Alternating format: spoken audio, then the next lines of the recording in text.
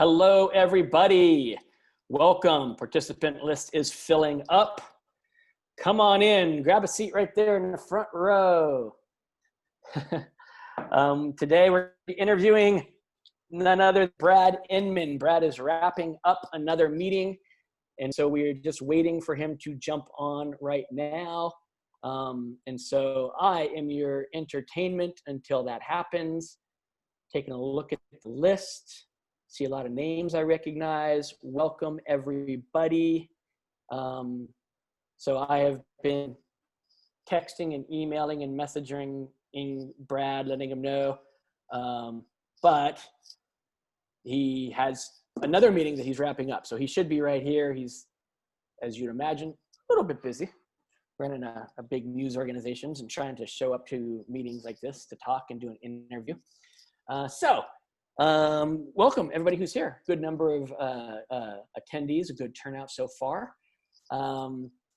If you didn't know, this is part, oh, I see he's on. So OCR, I do see Brad's name in the participants list. So if you would grab him and put him on screen with me, I'd appreciate it. So everybody, this is part one of the new Real interview series we are going to be doing. And we're kicking it off with none other than the man, the myth, the legend himself, Mr. Brad Inman. Hello, Brad. Greetings. How are you all? Great to be here. Thanks for being here. No, it's all right. You had to put in an encrypted password as if that someone might get in here and they might, what they do? Steal the association's desks or what? I'm always amazed at all this. This is about transparency, opening it up. We don't need passwords. We don't just, we're all here together. Brad Inman ranting before you even introduced me. I'm sorry. I love you. And I'm so grateful to the association for having me. I'm really, really grateful. Well, thank you for being here. That threw me too. I was like, password? I've never had a password before. I had to go back and find it to enter. It's like, what the hell is going on? And I thought to myself, oh man, I don't think we told Brad there's going to be a password. So, well, welcome. Well, for those who don't know, this is Brad Inman, and he's coming to us. Man, it's so fantastic, this technology that we have, being able to get him into our association. This is probably realistically wouldn't have been able to happen in real life. It's just the logistics of travel and everything else. And so, Brad, we really appreciate you being here. I had a couple questions that I was going to ask you, and then I wanted to open it up to these guys and gals for a Q&A, if that was okay. I love to hear from the rank and file. Perfect. All right, so let's get into it. First things first, I read a little bit, I know a little bit about, but please tell us a little bit more. You got quarantined alone like a monk for like 6 weeks when this whole thing kicked off? I didn't really see a human being except through the window, and it was because my wife Yaz had to take her, get her mother to Morocco. And in that process, when she landed back in the US, we decided that to be safe, she shouldn't fly anymore and quarantine herself, which she did in Florida. And then after about 6 weeks, she met me here. But I really wasn't alone, Dan. I have a 4-year-old granddaughter who's been trying to tell me the last year that unicorns really exist.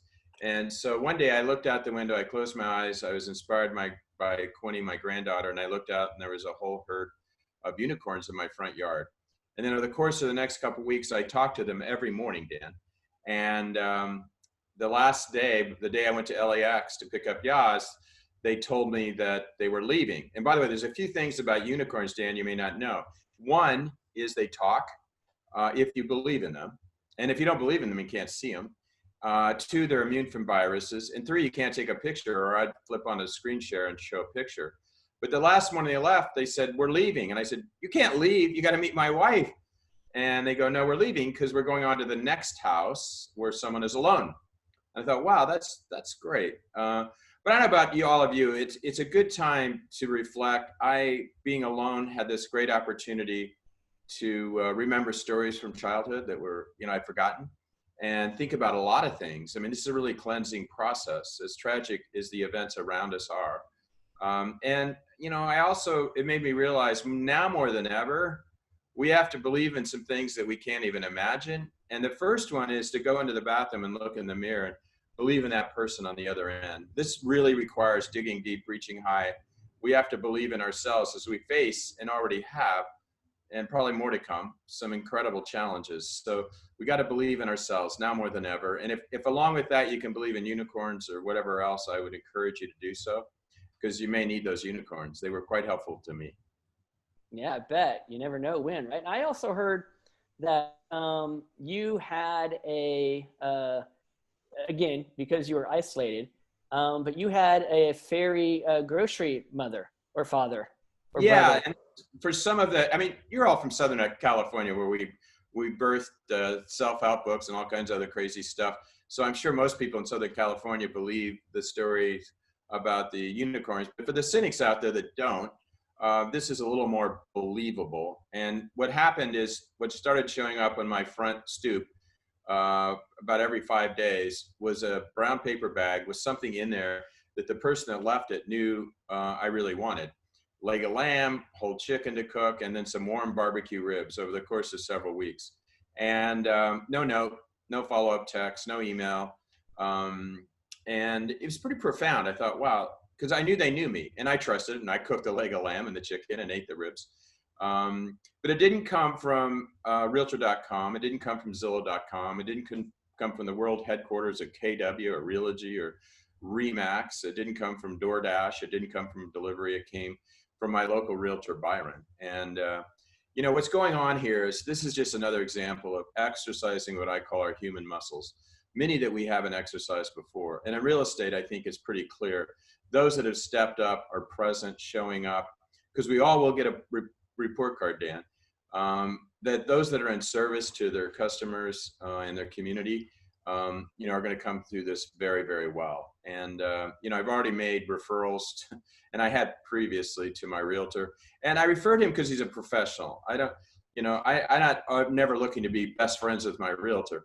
What I really look for is a realtor who could be there for me when I need them and deliver the goods. And, you know, it's often gnarly, complicated transactions. So it was just a great example of a realtor exercising that human muscle of service. And also high emotional IQ, you know, is so important now. Empathy never's been more important.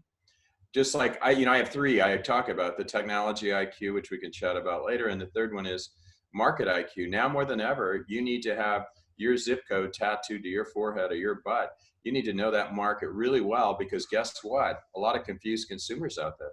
Are prices going down? Or they're, you know, should I buy? You know, I mean, there's just a lot of, now more than ever, people need a realtor. So two things. First, everybody, if you have questions, start typing them now, so we don't have this odd, awkward waiting for you to type questions when I wrap up here. So start throwing your questions in for Brad now. Brad, I was going to actually ask you this question third, but I'm going to do it second now. You kind of, for whatever reason, and we've known each other for a couple years now, you got this bad rap that you're trying to get rid of real estate agents and replace real estate agents. And you kind of get this bad rap.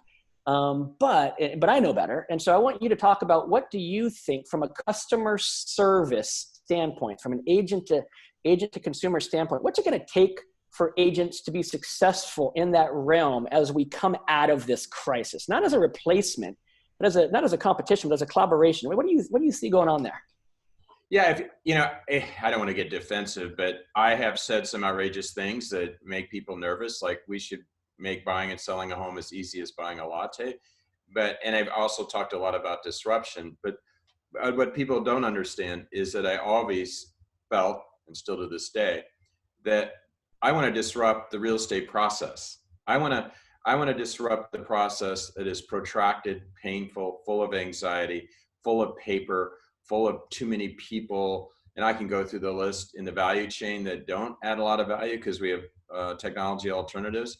And anything that I ever hoped for and envisioned for the consumer always involved a realtor. The beauty of what's going on now, Dan, and is that all of this, with our backs to the wall, it took a pandemic to force that. I mean, we've had a lot of transactions in this country, and they've been done without people interacting with each other in the normal, traditional way. Now, does that mean the realtor is out of the equation? No. The realtor that's out of the equation, though, is not exercising those human muscles like empathy and service. They're not raising their market IQ so that they can be the best source for their customers about what's going on in a changing market. And three, most importantly, they're not adopting the tech tools that make it possible to do a transaction when you're isolated at home. And by the way, people say, well, it survived. Will virtual walkthrough survive? Will we, all the various things that we've talked about.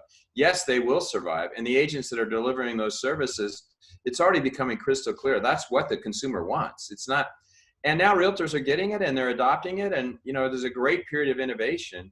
And I also think realtors are really being smart and savvy, Dan, about getting rid of the technology that doesn't work because, our budgets are squeezed. We can't afford everything. And the loud and obnoxious technology that was sold to us, a bill of goods, and we were too busy, we're getting rid of. I tell the story of turning on my Roomba, which I'd never done, the vacuum cleaner. And I always like to use a broom to sweep my house. And I like to wash the dishes. And I turned that damn thing on. It was running all day and loud and talking back to me. I threw it in a swimming pool, Dan. And it's just a symbol of what I think everyone should be doing. You should adopt the technology that makes sense for your customers and get rid of that crap that you probably bought and shouldn't have and get it off your credit card. So speaking of tech, and so much has, to be honest, hasn't been a lot of new tech. I know everyone thinks Zoom is new, but it's been around for years. But speaking of tech, now that we are in this and we're going to be coming out of this, do you have any technical advice or any tech, just like, here's my thought process and what's going to happen with it as we move forward? Yeah, I think it's really simple. And Pete Flint, who founded Trulia, and where I met Pete Flint, interesting, he's a UK guy, super smart. He was a student at Stanford, Dan, and back in the day. And he called me and said, hey, I can't afford to come to Connect. Can I volunteer as a student? And I said, sure. And so he checked badges at the front of the meeting hall. And he went on to create Trulia and sold it for $3.5 billion to Zillow. And he and I talked the other day, and he said, the first half of the real estate experience online was the front end, digital marketing, listings on the internet, and most importantly, giving lots and lots of information to the consumer. Phase two is all about the transaction, the gnarly, boring back end that's been neglected by everyone in the industry. We just kind of put consumers through this horrible experience without any consideration that there might be alternatives. And so his feeling, and it's proving true, same thing Rich Barton recently said to me at Zillow, is, the amount of innovation on the back end in the last 2 months has been amazing. Now, the one front end is a virtual walkthrough. You could call that front end, but that's kind of moves more in the middle. You see a house, then you get to walk through it. It's kind of phase two, and then you're beginning to transact. And what are those things? They're smart contracts. There are virtual walkthroughs. They're, not remote notary. There are no people involved except maybe by Zoom in certain places. But, starting to get rid of wet signatures and eliminating all paper and all paperwork. And, the Freddy Krueger of real estate, I call it the mortgage, is probably the one area we all need to attack. And I talked to all kinds of interesting, Anthony Shea, head of Loan Depot, and the folks at Quicken, and they said there's been more steps taken in the last 2 months to eliminate some of that friction, that really awful experience, the Freddy Krueger of real estate. And the pain point for the mortgage is delivered two ways, to the consumer and to the agent. Yeah. No one knows more about the pain of the mortgage process than the agent. They're constantly apologizing. But also, I think it's time for realtors to recognize they have some leverage here, Dan. If your title company or your mortgage company isn't using those tools, like let's take an example, notary without a person. You know who has a lot of control over that? Certainly the mortgage company, but the title company. And these title companies are showing up at real estate offices. I don't know if they still show up with donuts, but whatever they show up with now. And then that becomes a relationship. You have so much leverage as realtors. Turn to that title company. If you're not using a digital notary, I'm not going to use you as my title company. And that may seem fierce, but you are still the commander in so many ways. You may not be, as I say, the captain of the ship, but you're the one helping the consumer and the vendors get on and off the ship. So you have a lot of power. And I, as a consumer, have done this many times. I had an apartment in New York City I was going to buy, and the realtor wouldn't use DocuSign or wouldn't use any e-signature. And I said, really? And she goes, I said, listen, I'm going to walk away from the deal. And she said, whoa, wait a second. You're going to walk away from the deal over that? And she goes, I thought you liked the house. I said, no, I want to make it really clear. I said, it's not me walking away. You're walking away. If you can't spend 3 hours learning DocuSign and pay $29, which is what back in the day, then you're walking away from a big fat commission. Go ahead, walk away. She called me back in 5 minutes. She said, I got the software. My IT guys helped me load it. I promise you I'll get it done. I had a case in Southern California, and the escrow company required a wet signature. And they said, our lawyers require it. And, you know, that is a classic excuse. I said, really? Well, tell the realtor, Byron, that Brad Inman's walking away from the deal because your lawyer is old-fashioned and stubborn and hanging on to a 200-year-old tradition. And guess what happened? That escrow company called me right back and said, you don't have to do a wet signature on that piece of paper. We got it figured out. My point is, you have leverage, realtors. You need to adopt it. You need to force all these vendors to adopt it. I'm going with the lender that is most digitally simple, because people, how long this last day, we're not going to all be out on the street again. It's going to be a while, and there's going to be phases of it. The digital transaction's here to stay. Use your power and leverage to get your vendors and partners to do the right thing. And don't say it like Brad Inman says it. Do it in a nice way. Yeah, can you imagine? Like, I can't even imagine a world without DocuSign anymore. And it's only been like, what, 3-4 years since Keith really launched this thing? And I can't even imagine having to do everything we had to do. We got a couple.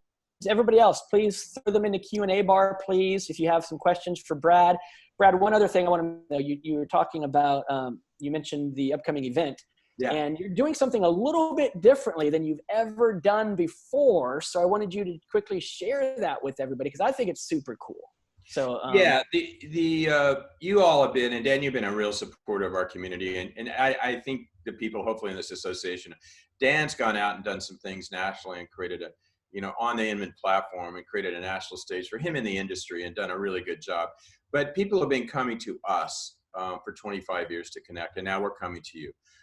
People always say when and where. I say June 2nd and June 4th, and where? In your living room. So move the chairs around, make some coffee. I like half and half, but I'm going to bring Glenn Kelman, the founder and CEO of Redfin. I'm going to bring Rich Barton, the founder and CEO of Zillow. I'm going to bring Gary Keller, the founder and CEO of Keller Williams. I'm going to bring Ryan Schneider. I'm going to bring some of the most unbelievable on the street, tales from the trenches real estate people who are really performing well during this time. We're going to bring indie brokers from all over the world and the country. There's going to be probably as many as 10,000 people. So it's a bigger event. It's more global. And tons of networking, because the key to Connect, Dan, as you know, is making connections for referrals. So bottom line here. But one of the other things that we're doing here is, Dan, you know this, to fly to New York, $500 flight, $700-800 hotel, $800 to Brad Inman, you're up to $2,000, and you eat out in New York City and you got to pay Uber and everything else. $50. It's $49 to come to Connect. And I'm really excited about that piece of it. These are tough times. It's going to be the beginning of some dog days probably. And I don't think we're going to crash and burn, but we all know we're going to be challenged. We have to face that fact and that music. And Inman's going to be there to make it as affordable as possible and easy, no travel, no hotel. And, people come for the content, they come for the networking. We've got unbelievably good content and doing some fun, entertaining things. And, everyone like you will be there with the whole Inman community, and they'll be connecting and meeting. And, there's certain people that are kind of shifted their resources to Inman over the years, and they keep track of their ROI on their investment, and the deals that come through the referral chain is pretty amazing for people that are diligent and networked. So, that's what it's about. That's what Inman's about. We're here to serve only one person. And that's the everyday working realtor. And I'm kind of in the know, and I've been going to, I think I've been to 7 or 8 connects now between San Francisco, Las Vegas, and New York. And I still meet new people and get great new ideas at everyone I go to. And you're right. For me and my wife, who we would go out together, it was usually a $6,000 trip for us to go to an actual connect, and worth every penny, by the way. Yeah. But for us to be able to go for $49 each, and we're each actually getting our own ticket, because we kind of separate and do our own thing, just like we do at actual connects. It's just like, wow, that's ridiculous. So I'm putting right now in the to get the $49 ticket, guys and gals, all you have to do is get a free subscription to Inman. You get it's my favorite price, free $99. You get your free subscription to Inman. The link is a little bit convoluted to get there. So I've put there in the chat bar a link to my site that has a link to the ticket. It'll say Inman for $49, connect. So just go there, click on the Inman link. You get a free subscription for 90 days, and you have the option to get a $49 ticket instead of a $149 ticket because you're an Inman subscriber. And for me, Brad, not to suck up or anything, but I always say Inman News is like the Wall Street Journal for stockbrokers. Oh, you're sweet. That's what I read every morning when I start my day, so I kind of know what's going on in the world. Yeah. Well, we try our best. We just try to deliver it straight up. We don't have conflicts of interest. No one owns stock in Inman, and we can't, as journalists in an organization, own stock in it. We're independent with one goal, one mission, and that's to serve 1 million real estate professionals every single day. Hey, I love this. I'm going to use this. David, it looks like a nice Greek name, Stephanidas. David, I love road rash from a painful transaction. I'm going to steal that term. I love it. Road rash, a painful transaction. That's fantastic. Thank you, David. And then let's see, David, we'll talk about, I see your next comment. So we'll talk about that as soon as we wrap up. All right, let's get to the good stuff, Brad. Yeah. Danny Murphy. I know Danny, he's actually down in Huntington Beach. Residential real estate stands to do well going forward versus commercial, I think. What market areas are you seeing strong results in? As example, deals getting done, prices remaining stable. Do you think those markets are going to do well? Yeah, I think, first of all, people always need housing. So we're in a deep freeze, but even during the deep freeze, there have been transactions. As we free up, there'll be more transactions. And there'll be a lot of different motivations, as we all know, for buyers, sellers, renters, and others. And, this is where I not say pivot, stick to your niche, but there are opportunities going to emerge in the rental market that never, resulted before, because people are going to go rent for a while and test things. They're going to want to rent their own houses to test things. There's going to be, people are going to pull some geographics here, and they're going to make a leap to another geography. I know every time Yaz and I ever moved around and bought houses, we always rented for 90 days. Now more than everything, you can see trends there. I heard a really interesting insight yesterday from Paul Boomsma from Leading RE about luxury, that guess what? Those monster houses that were kind of the dogs of real estate before, suddenly, if they got a pool, if they have a tennis court, if they have privacy, that maybe that segment of the luxury market will come back. I don't know for sure.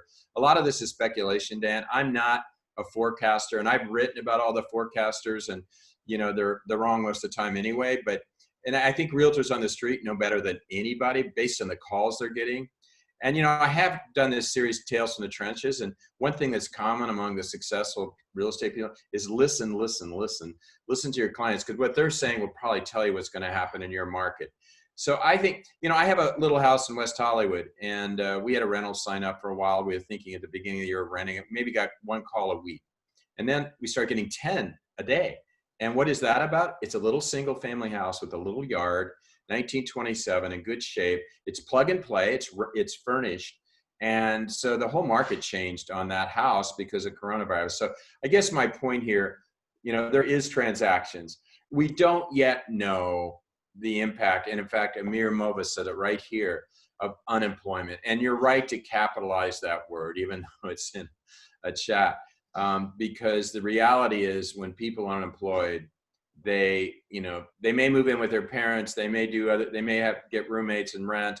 There still may be transactions in there, but it's very hard. And so the full weight of unemployment, I don't think we yet quite, internalized or factored into the market. I just did a podcast today with Kevin Woody, who did an amazing story for Inman about takeaways from all of this, Dan, and he got fired, and so I asked him if he felt free to talk about it, and he did. And we just can't underestimate the effect here of that. Yeah. Everybody who's asking questions about the website, stay tuned. I will give it to you again when we're done here. So you all have it really clearly on where to go for that ticket. All right. Shirley Brad says, is it time? This is an interesting one. Is it time to get rid of the personal website? Well, if it's part of your branding, if you think about it, there's a term called hyper-local. I never really understood the term. I mean, I do, but it was like, oh God, such a word. But I think now we all understand hyper-local. It's so hyper-local that we're trapped in our own houses, right? And that put a premium on the value that we associate to our homes, or maybe the need to move. But if you think about it, then we just spread out a little. My dad used to say, the number of friends besides family and maybe the in-laws. He said you could probably get rid of a couple of those, but just one hand, the people that, you know, you can trust to cover your back. And my brothers and I used to tell my dad he was nuts. We had so many friends, we thought. But during this, I've thought about that. It may not be 5, it may be 9, it may be 15, and there's certainly professional associations. But our world is so hyper-local now that we're just spreading our wings a little. Now think about it. Spread to the point that my realtor could leave a bag on my front stoop because he just lives a half a mile away. And so I think the importance of the realtor has never been more important, and particularly those realtors that have been in service with their clients in some way, shape, or not, or just show up, or just be in conversations. You don't have to have a heroic, courageous act. Just be present. So if that's important, I think it is probably important to have a personal website. And the most important thing I think you can put in there, certainly listings, but is market information, and let your farm and your community know that you have particularly useful market information that they may not be able to get elsewhere. And this isn't a press release of the National Association of Realtors. This is you go into your MLS. I interviewed a woman named Emily Chervat, who is the head, smart, young, savvy woman, head of the Austin Board of Realtors and MLS there. And I pushed her on what should the MLSs be doing? Well, they're sitting on all this transaction data, and it's hard to get our hands on it. But you should push your MLS. Keep in mind that MLS, you are the customer.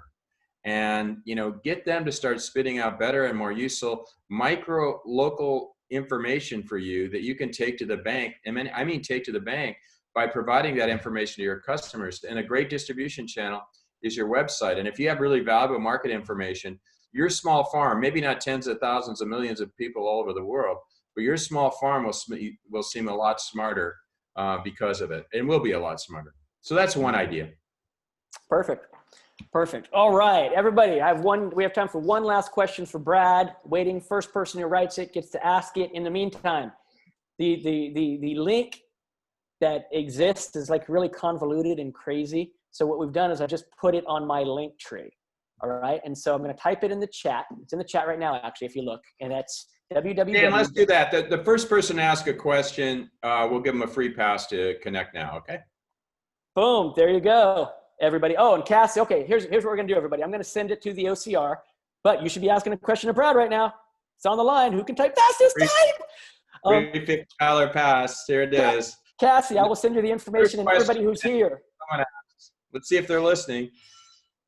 Oh, they're tired. Okay. Oh, look at everybody. You won. My eyes are blue normally, but Yaz and I had a pool party with a whole bunch of people, her, me, and all these imaginary characters, and we had a few margaritas. So today they're kind of, I don't know, can't see the blue very well. Thanks for the question, Cassie. We're going to send you, Dan, I'll get done for you through the Inman team, a free pass to connect now. And I hope to see you. Yeah, red, white, and blue, David. That's what they are.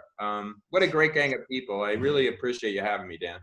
Hey, Brad, thank you for being here. Everybody, the information with the links, the board will be sending it out to you here later today. So that will have the link for you to get your free subscription to Inman News and to get your $49 ticket to attend Connect. I will be there all 3 days. Brad, I was supposed to be in Prague on June the 2nd. Speaking. So instead, and while I am quite bummed, at least I will be at Connect with all my friends virtually and being able to watch some great content. So I will be there with bells on. Thank you very much for being here today and answering questions for everybody. And thank you, Dan, for all you do, man. We'll talk soon.